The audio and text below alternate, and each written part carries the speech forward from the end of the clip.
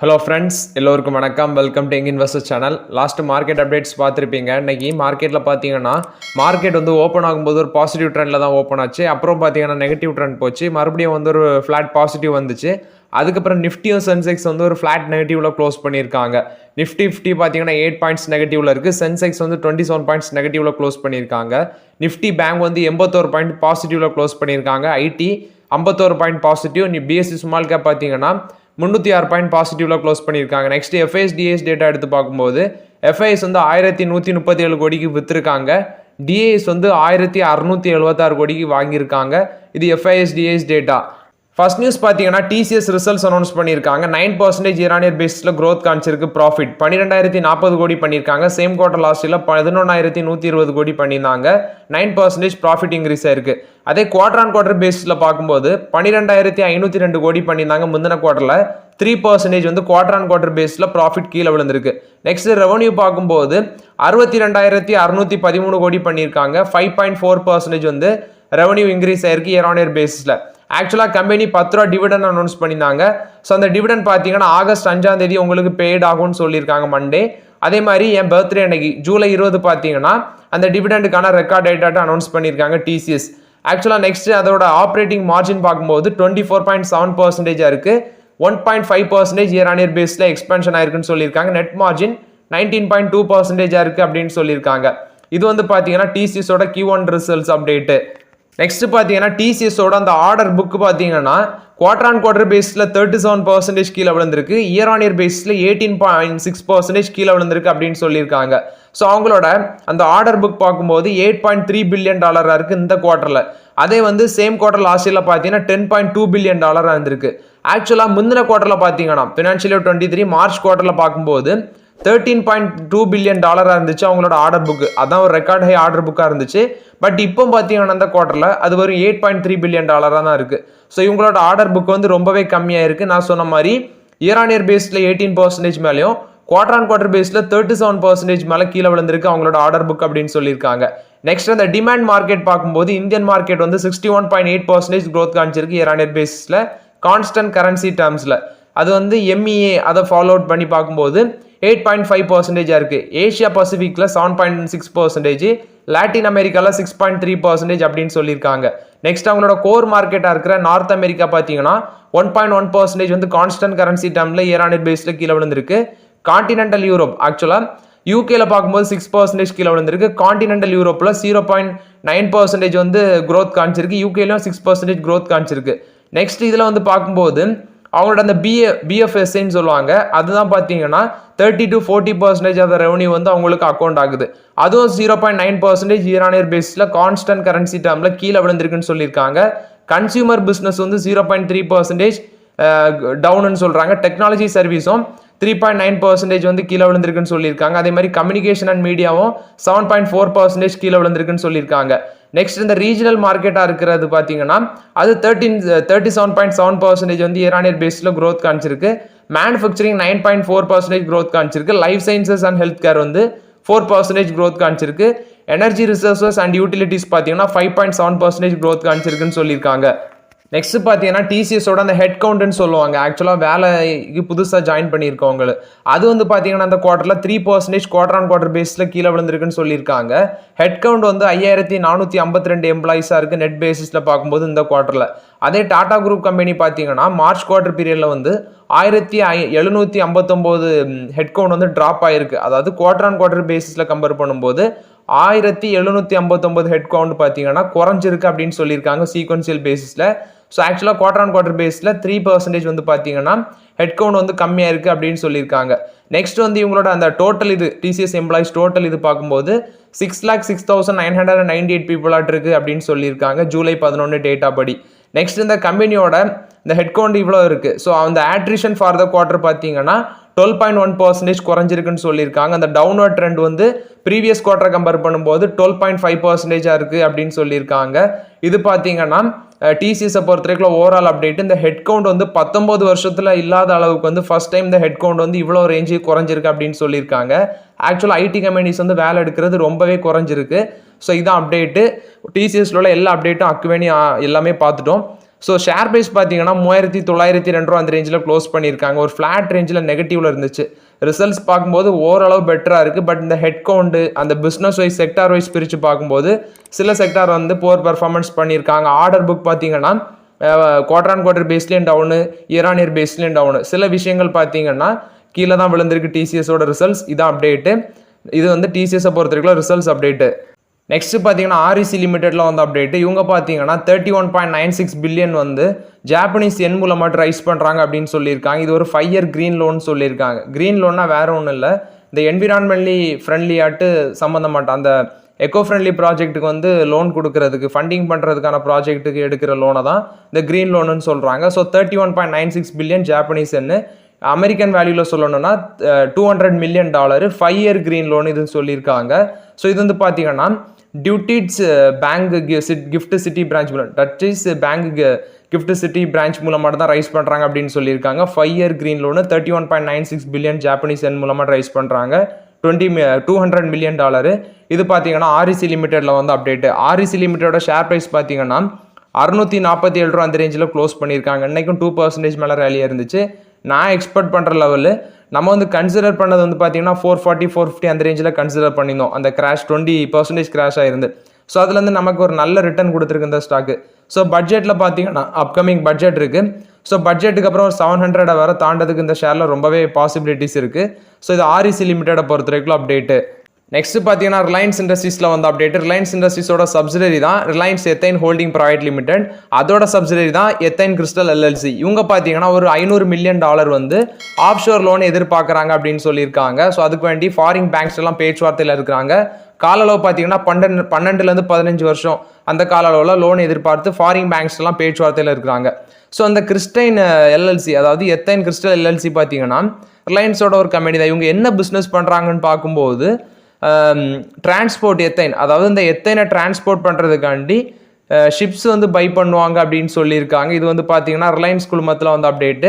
Reliance இண்டஸ்ட்ரீஸ்லேயே நிறைய business இருக்குது, அதில் இதையும் ஒன்று.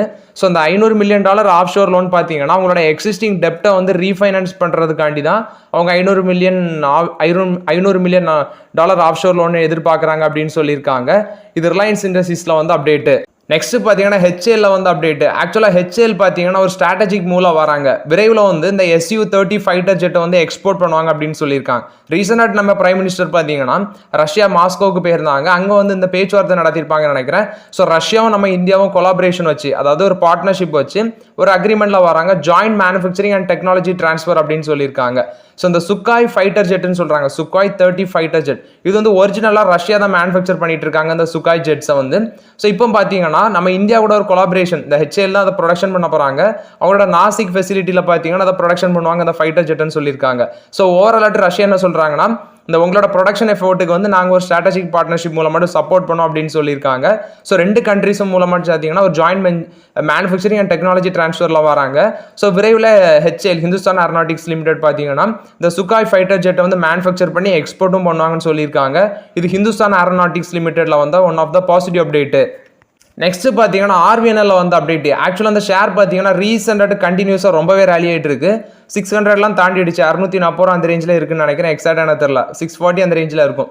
ஸோ இன்றைக்கும் பார்த்தீங்கன்னா 3% மேலே ரேலியாக இருக்குது இந்த ஸ்டாக்கு. ஸோ இவங்களுக்கு பார்த்தீங்கன்னா சென்ட்ரல் ரயில்வேட் வந்து ஒரு 138 கோடி ஒருத்தர் ஒரு ஆர்டர் கிடச்சிருக்கு. ஸோ அதுவும் பார்த்தீங்கன்னா லோவஸ்ட் பிட்ராட்டு இருந்து இவங்க வின் பண்ணியிருக்காங்க. ஸோ ஓவராலாட்டு பார்க்கும்போது இந்த ஷேர் கண்டினியூஸாக ரேலி ஆகிட்டே தான் இருக்குது. ஸோ இதுவும் பார்த்தீங்கன்னா இந்த பட்ஜெட் வரதுக்குள்ள 700 டச் பண்ணிடும் போல இருக்குது. இது ஆர்விஎன்எல் பொறுத்த வரைக்கும் அப்டேட். ஆக்சுவலாக 400 வரை டிஸ்கஸ் பண்ணிட்டு நம்ம அந்த ஆப்பர்ச்சுனிட்டியை மிஸ் பண்ணோம். ஸோ நிறைய பேர் யூஸ் பண்ணியிருப்பாங்கன்னு நினைக்கிறேன். நான் ஆப்பர்ச்சுனிட்டியை மிஸ் பண்ணிட்டேன் அந்த ஆர்விஎன்எல். இது ஆர்விஎன்எல் பொறுத்த வரைக்கும் அப்டேட்டு. நெக்ஸ்ட் பார்த்தீங்கன்னா இந்த Mazagon ship builders plus Mazagon dock ship builders, next பார்த்தீங்கன்னா Cochin shipyard, Garden Reach ship builders. இந்த ஷேர்லாம் யாரெல்லாம் வச்சிருக்கீங்களோ அவங்களுக்கெல்லாம் ரொம்ப தீபாவளி மாதிரி தான் இருக்கும் டெய்லியும் ஷேர் மார்க்கெட் ஓப்பன் ஆகணும்னு. ஸோ இதெல்லாம் பார்த்தீங்கன்னா குறைஞ்சது ஒரு நாள் 5% 10% அப்படி ரேலி ஆகுது. ஸோ இதெல்லாம் வச்சிருக்கவங்களுக்கு தீபாவளி தான் சொல்ல போகலாம். ஸோ இந்த ஸ்டாக்கெல்லாம் பார்த்தீங்கன்னா ரீசெண்டாக நல்ல ரிட்டர்ன் கொடுத்துட்டு இருக்கு. நம்ம வந்து டெய்லி அதை டிஸ்கஸ் பண்ணிட்டு தான் இருக்கும் இந்த 3 ஸ்டாக்குமே, இந்த ஷிப் பில்டிங் கம்பெனிஸ். ஸோ இது எதுக்கு மேலே போகுதுன்னு பார்க்கும்போது பட்ஜெட் வர டைமில் பார்த்தீங்கன்னா இந்த மெரைன் டைம் டெவலப்மெண்ட் கம்பெனிஸுக்கு, இந்த ஷிப் பில்டிங் கம்பெனிஸுக்கு வந்து நிறைய திட்டங்கள் இதில் வர வாய்ப்பு இருக்குது. அதாவது இந்த மாதிரிப்பட்ட கம்பெனிஸுக்கு பார்த்தீங்கன்னா நிறைய சப்சிடிஸ் இன்சென்டிவ் ஸ்கீம் எல்லாம் அந்த கம்பெனிஸுக்கு கிடைக்க வாய்ப்பு இருக்குது இந்த ஷிப் பில்டிங் கம்பெனிஸுக்கு அப்படின்னு சொல்கிறாங்க. ஸோ அதை ஃபோக்கஸ் பண்ணி தான் பார்த்தீங்கன்னா அந்த கம்பெனிஸ் எல்லாமே மேலே போயிட்டுருக்கு. ஓவராலாட்டு இந்த பட்ஜெட்டுக்கு அப்புறம் தான் தெரியும் மார்க்கெட் என்ன கண்டிஷனில் இருக்குன்ட்டு. நானும் பட்ஜெட் வரைக்கும் பொறுமையாக இருக்கிறேன். இப்போதைக்கு மார்க்கெட்டில் எந்த என்ட்ரியுமே கொடுக்கல. ஸோ இது வந்து பார்த்தீங்கன்னா ஷிப் பில்டிங் கம்பெனிஸை பொறுத்த வரைக்கும் அப்டேட்டு. நெக்ஸ்ட் பார்த்தீங்கன்னா டாடா ப்ராஜெக்ட்ஸ்லாம் வந்து அப்டேட். ஆக்சுவலாக அந்த கம்பெனியோட எம்டி அண்ட் சிஓ என்ன சொல்லியிருக்காருன்னா, ஸ்ட்ரிக்டர் குவாலிட்டி ஸ்டாண்டர்ட்ஸ், அதாவது இனி பண்ண போகிற ப்ராஜெக்ட்லாம் ரொம்பவே குவாலிட்டியாக பண்ணி கொடுக்கணும். ஸோ இன்ஃப்ராஸ்ட்ரக்சர் வந்து ஃபுல் அண்ட் ஃபுல் வந்து ஃபோக்கஸ் பண்ணுறோம். அவங்க வந்து இன்ஃப்ராஸ்ட்ரக்சர் ப்ராஜெக்ட் பண்ணி அதிக அளவில் அவங்க வந்து எதிர்பார்ப்பாங்கன்னு நினைக்கிறேன். அது மட்டும் இல்லாமல் பார்த்தீங்கன்னா அந்த கம்பெனிலேருந்து இன்னொரு அப்டேட்டும் கொடுத்துருக்காங்க. ஸோ ப்ராஃபிட்டபிலிட்டியை இன்க்ரீஸ் பண்ணுறது மூலமாட்டு அவங்க வந்து ஐபிஓக்கு பிளான் பண்ணுறாங்க அப்படின்னு சொல்லியிருக்காங்க இந்த டாடா ப்ராஜெக்ட்ஸ். ஓவராலாட்டு பார்த்தீங்கன்னா டாடா டெக்னாலஜிஸ் வந்து 19 வருஷத்துக்கு அப்புறம் ஐபிஓ வந்தாங்க. அதுக்கப்புறம் இப்போ டாடா குழுமத்துலேருந்து ஐபிஓ வர நிறைய கம்பெனிஸ் வெயிட்டிங்கில் இருக்குது. இந்த டாடா ப்ராஜெக்ட்ஸ் பார்த்தீங்கன்னா ப்ராஃபிட் வந்து ஃபினான்ஷியல் இயர் 21 அந்த காலகட்டத்தில் வந்து 10,365.15 லட்சம் பண்ணியிருக்காங்க. அதே வந்து ஃபினான்ஷியல் இயர் 22-23 அது வந்து 2 கன்சிக்யூட்டிவ் இயர்ஸ் ஆட்டு ஸ்லிப் ஆயிருக்கு, அதாவது கீழே விழுந்திருக்கு. ஃபினான்ஷியல் இயர் 23-24 வந்து 14,548.04 லட்சம் பண்ணியிருக்காங்க. ஸோ இது வந்து பார்த்தீங்கன்னா டாடா ப்ராஜெக்ட்ஸில் வந்து அப்டேட்டு. ஸோ இவங்களோட ரீசன் இதெல்லாம் பார்க்கும்போது பார்த்தீங்கன்னா ஐபிஓ நெக்ஸ்ட் 2 to 3 இயர்ஸில் வரதில் Tata Capital, Tata Autocomp System, Tata Passenger Electric Mobility, Big Basket, Tata Digital, Tata Electronics, Tata Batteries, Tata Housing, இந்த கம்பெனிஸ் எல்லாம் டாடா சன்ஸ் இது எல்லாமே பார்த்தீங்கன்னா இனி வரிசையாட்ட ஐபிஓ வராத நியூஸ் எல்லாமே வருது. ஸோ இந்த இதில் பார்த்தீங்கன்னா டாடா ப்ராஜெக்ட்ஸும் சேர்றாங்க. இது டாடா குழுமத்தை பொறுத்த வரைக்கும் அப்டேட்டு. நெக்ஸ்ட் பார்த்தீங்கன்னா ஆனந்த் ரதி வந்து Q1 ரிசல்ட்ஸ் அனௌன்ஸ் பண்ணியிருக்காங்க. நெட் ப்ராஃபிட் 38% இன்க்ரீஸ் ஆயிருக்கு, 73 கோடி பண்ணியிருக்காங்க. ரெவன்யூ வந்து 35% இன்க்ரீஸ் ஆயிருக்கு அப்படின்னு சொல்லியிருக்காங்க. ஸோ ரெவன்யூ வந்து பார்த்தீங்கன்னா சேம் குவார்டர் லாஸ்ட் இயர்ல 173 கோடி பண்ணியிருக்காங்க, இப்போ 243 கோடி பண்ணியிருக்காங்க. ரெவன்யூ 35% இன்க்ரீஸ் ஆயிருக்கு. அசட் அண்டர் மேனேஜ்மெண்ட் வந்து 69,018 கோடியாக இருக்குது அப்படின்னு சொல்லியிருக்காங்க.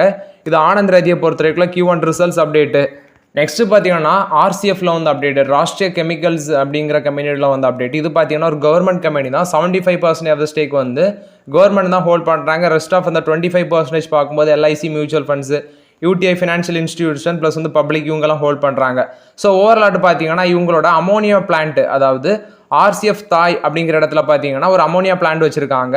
ஸோ அதை பார்த்தீங்கன்னா ரீவேம் பண்ணுறதுக்கு வேண்டி டாப்ஸோ அப்படிங்கிற ஒரு கம்பெனிக்கு பார்த்தீங்கன்னா அந்த டீலை கொடுக்குறாங்க. ஒரு ஃபாரின் கம்பெனிக்கு வந்து அந்த கம்பெனியை ரீவேம் பண்ணுறதுக்காண்டி 514.6 கோடிக்கு பார்த்தீங்கன்னா அதை ரீவேம் பண்ணுறதுக்காண்டி இந்த டாப்ஸோ அப்படிங்கிற கம்பெனிக்கு அந்த கான்ட்ராக்டை கொடுக்குறாங்க. ஸோ இது பார்த்தீங்கன்னா பேசிக் இன்ஜினியரிங் டிசைன் பேக்கேஜஸ் அப்படின்னு சொல்லியிருக்காங்க. Supply of proprietary equipment and catalyst aimed at reducing specific energy consumption அதை சொல்லியிருக்காங்க. ஸோ இந்த கான்ட்ராக்ட் பார்த்தீங்கன்னா ஒரு இன்டர்நேஷனல் என்டிட்டி டாப்ஸோ அப்படிங்கிற ஒரு கம்பெனி தான் கொடுத்துருக்காங்க. இன்னைக்கு நடந்த போர்ட் மீட்டிங்கில் அதுக்கு அப்ரூவலும் தெரிவிச்சிருக்காங்க. இது ராஷ்ட்ரிய கெமிக்கல்ஸ் லிமிடெட்ல வந்து அப்டேட்டு. நெக்ஸ்ட் பார்த்தீங்கன்னா நம்ம சென்னையில் இருக்கிற one of the famous company வந்து பார்த்தீங்கன்னா ஐபிஓ வர போகிறாங்க அப்படின்னு சொல்லியிருக்காங்க. அதான் அந்த A2B கம்பெனி, அடையார் ஆனந்த பவன் அப்படின்னு நிறைய பேர் கேள்விப்பட்டிருப்பீங்க. ஸோ அவங்க பார்த்தீங்கன்னா PE ஃபண்ட்ஸ்ன்னு சொல்கிறாங்க, PE ஃபண்ட்ஸ்ன்னு சொல்கிறாங்க. அதாவது ப்ரைவேட் ஈக்விட்டி PE ஃபண்ட்ஸ் மூலம் மட்டும் 1000-லேருந்து 1200 கோடி வந்து ரைஸ் பண்ண போகிறாங்க அப்படின்னு சொல்லியிருக்காங்க. அதாவது 35% ஆஃப் த ஸ்டேக் வந்து டைல்யூட் பண்ண போகிறாங்க அப்படின்னு சொல்லியிருக்காங்க. சென்னை பேஸ்டு QSR பிராண்டுன்னு சொல்கிறாங்க. இது சவுதர்ன் குருசைனில் பார்க்கும்போது நல்ல ஒரு வேல்யூஷனில் இருக்குது. இவங்களோட வேல்யூஷன் பார்த்தீங்கன்னா 3500 கோடியாக இருக்குது அப்படின்னு சொல்லியிருக்காங்க. வேதா கார்பரேட் அட்வைசர் மூலமாக தான் அந்த A2B வந்து ஃபண்ட் ரைசிங் ப்ராசஸை பண்ணுறாங்கன்னு சொல்லியிருக்காங்க. ஸோ இவங்க வந்து டொமஸ்டிக் அண்ட் குளோபல் ஃபண்ட்ஸ்ட்டை வந்து இப்போ பேச்சுவார்த்தையில் இருக்கிறாங்க. இந்த ப்ராசஸை வந்து சீக்கிரம் லான்ச் பண்ணுவாங்க அப்படின்னு சொல்லியிருக்காங்க. இந்த A2B பிஸ்னஸ் பார்த்தீங்கன்னா 1979 அடையாரில் ஸ்டார்ட் பண்ணது. இப்போ பார்த்தீங்கன்னா 150 அவுட்லெட்ஸ் வச்சிருக்காங்க across Tamil Nadu, Karnataka, Telangana, new Delhi plus வந்து US, UK, ஆஸ்திரேலியாலையும் 10 அவுட்லெட்ஸ் வச்சிருக்காங்கன்னு சொல்லியிருக்காங்க. ஸோ இந்த இனிஷியல் பப்ளிக் ஆஃபரிங் இதோட IPO வந்து பார்த்தீங்கன்னா நெக்ஸ்ட் 5 இயர்ஸில் வரும்னு சொல்லியிருக்காங்க. ஸோ அது மூலமாட்டு 400-500 டொமஸ்டிக் அவுட்லெட்ஸ் வந்து திறக்கப்படும் புதுசாட்டுன்னு சொல்லியிருக்காங்க. இது வந்து ஒரு ப்ரொஃபஷனலி ரன் ஃபேமிலி பிஸ்னஸ். இந்த A2Bயோட ரெவன்யூ வந்து ஃபினான்ஷியல் 24 1500 கோடியாக இருக்குது. எபிட்டா வந்து 100 கோடியாக இருந்திருக்கு அப்படின்னு சொல்லியிருக்காங்க. இந்த எபிட்டா பார்த்தீங்கன்னா செகண்ட் டைம் வந்து இந்த ஸ்டேக் சேலில் வராங்க. ரீசெண்டாக பார்த்தீங்கன்னா அவங்க இந்த பிரைவேட் ஈக்விட்டி PE ஃபண்ட்ஸ் மூலமாட்டு 2016 வந்து இந்த ஸ்டேக் சேல் பண்ணியிருக்காங்க. Samara Capital, West Bridge Capital, Carlyle, next வந்து பார்த்தீங்கன்னா KKR இவங்க மூலமாட்டு ஸ்டேக் சேல் பண்ணியிருக்காங்க. ஸோ அதோட வேல்யூ பார்த்தீங்கன்னா 1800 கோடின்னு சொல்லியிருக்காங்க. இந்த A2B அந்த பிஸ்னஸ் பார்த்தீங்கன்னா ராஜாவால் ரன் பண்ணப்படுது. அவங்களோட தம்பி, அவங்களோட பிரதர்னு சொல்லியிருக்காங்க, தம்பி அண்ணனான்னு தெரியல, KT வெங்கடேசன் ப்ளஸ் வந்து sons of founder KS Tirupati Raja அப்படின்னு சொல்லியிருக்காங்க. 1979 பார்த்தீங்கன்னா ஒரு ஸ்வீட் ஷாப்பும் நெக்ஸ்ட் வந்து ஒரு ஷாவரி ஷாப், அதாவது ஃபர்ஸ்ட் ஸ்வீட்ஸ் அண்ட் ஷாவரி ஷாப்பை வந்து வாஷர்மேன் பெட் சென்னையில் வந்து ஓப்பன் பண்ணியிருக்காங்க. நெக்ஸ்ட் தான் பார்த்தீங்கன்னா அந்த நேமு அதோட நேம் வந்து ஸ்ரீ ஆனந்த பவன் அந்த நேமில் ஓப்பன் பண்ணியிருக்காங்க. ஸோ நெக்ஸ்ட் செகண்ட் அவுட்லெட் பார்த்தீங்கன்னா அடையாரில் ஓப்பன் பண்ணியிருக்காங்க. ஸோ அதை தான் ரீபிராண்ட் பண்ணி அடையார் ஆனந்த பவன் அப்படின்னு சொல்லி நேம் ரீபிராண்ட் பண்ணியிருக்காங்க. A2B பார்த்தீங்கன்னா ரெஸ்டாரண்ட் செக்மெண்ட்டுக்குள்ள 2005 வராங்க. 1500 கோடி பார்த்தீங்கன்னா இப்போ பிஸ்னஸ் இப்போ அவங்க பண்ணிட்டு இருக்காங்க. கிட்டத்தட்ட 14,000 ஸ்டாஃப் அவங்க கைவசம் இருக்கு. ஸோ ரெவன்யூ அந்த பேக்கேஜ் ஸ்நாக் மூலமாட்டே 150 கோடி ரெவன்யூ பண்ணுறாங்க. இவங்களுக்கு மேஜர் காம்படிஷனாக இருக்கிறதே இந்த சரவணா பவன் தான். சரவணா பவன் பார்த்தீங்கன்னா 30 அவுட்லெட்ஸ் வந்து இந்தியாவில் வச்சிருக்காங்க. 81 வந்து அப்ராட்ல வச்சிருக்காங்க.